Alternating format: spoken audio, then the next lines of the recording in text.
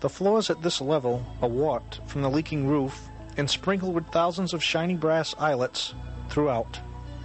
Also evident are these trails of burned paper that either eliminated the way of a trespasser in the night or the failed attempt of an arsonist. Fairhaven Fire Chief Donald R. Bernard. Well, a fully involved fire certainly would be a traumatic experience for our fire department and certainly overtax it. We're a small town, we're not a large city, and to experience a major fire at a complex such as the Atlas Tack Corporation would undoubtedly put into operation immediately a mutual aid response which will require the response of a number of communities. In other words, a major fire, I can see a commitment of at least 25 engine companies from surrounding towns, along with 11 ladder companies and lesser amounts of rescue and water companies.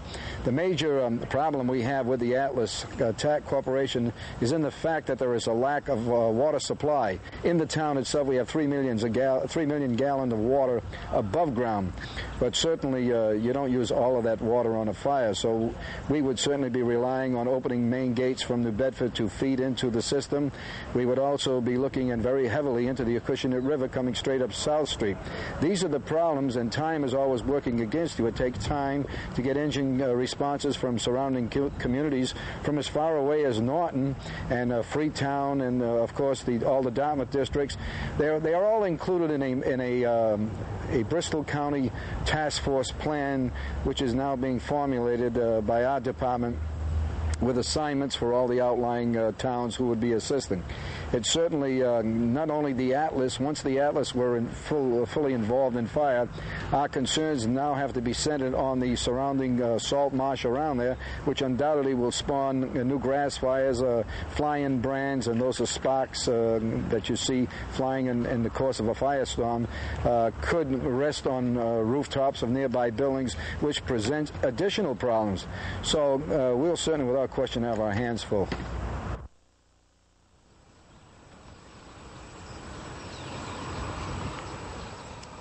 In 1985, after much pressure from local and state officials, Atlas Tack began to remove toxic sludge from its lagoon in the back of the facility, which was used for a settling pond for industrial wastes, including cyanide. In 1986, a hearing was held at the State House in Boston. A report by State Representative John Bradford indicated the following.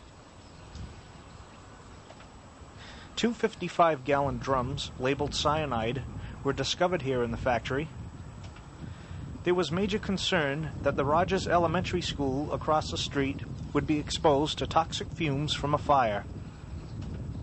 Atlas Tack went unsecured for many months while vandals entered the building until Clean Harbors Company, under contract with the DEQE, agreed to post guards and seek reimbursement from Atlas Tack.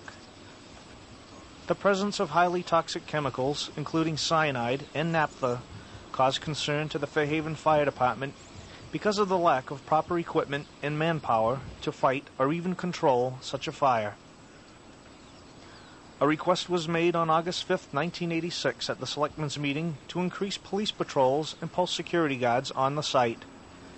The Selectmen said there was no extra money available for such security and that state reimbursement would be a problem. On Thursday, November 7, 1986, the last of the chemicals were removed.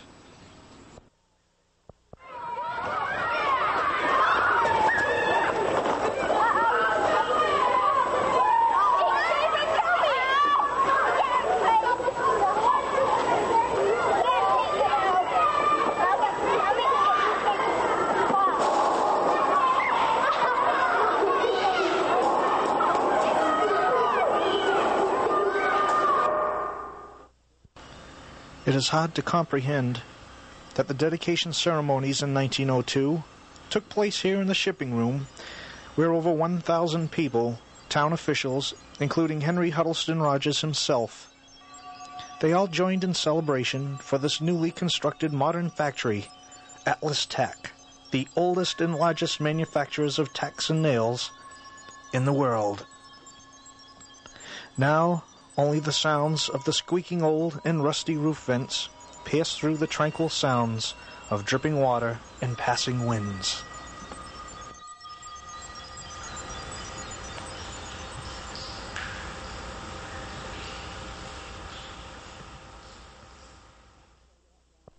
And the recreation hall, they tore that down, and that was a crime because the fellows that worked there rebuilt that building. At one time they had filled it with machinery, and the floor had gone through, and the fellows went in, the men stayed after work and Saturdays and Sundays and put a new floor in there and fixed it all up. It was beautiful the day we opened it. We bought the pool table from Colonel Green's estate. It even had the chairs, like ladder back chairs, you know, the high chairs that you watch the pool. They're beautiful woodwork and that and everything.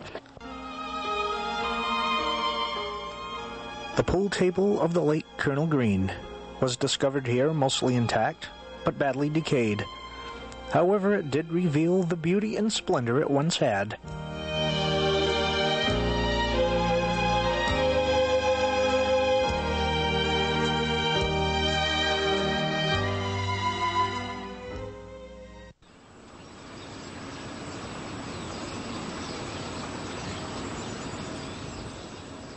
As the Atlas Tack continues to decay, and its interior is constantly ransacked by vandals, the people of the town of Fairhaven fear for their children and their homes. The Fairhaven skyline reveals all the good and generosity of the late Henry Huddleston Rogers, but the towering smokestack of Atlas reminds us all of an industry that was kept alive to employ our families, and now just a memory for former employees like Mary.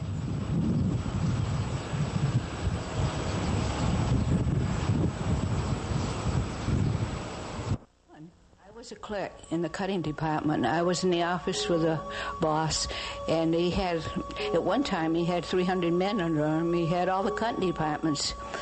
And I used to weigh the work and tag the work, type all the tickets for the work, and weigh the work. And want me to tell you about the bad part?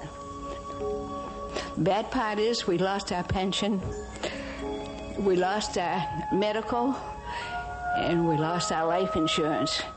When they locked up 3 years ago, we lost everything. And not only me, but everybody else that worked there. So it's just a sad thing. And so many loyal employees. They had top mechanics in there. And they had the best platers in the country. I'm not exaggerating.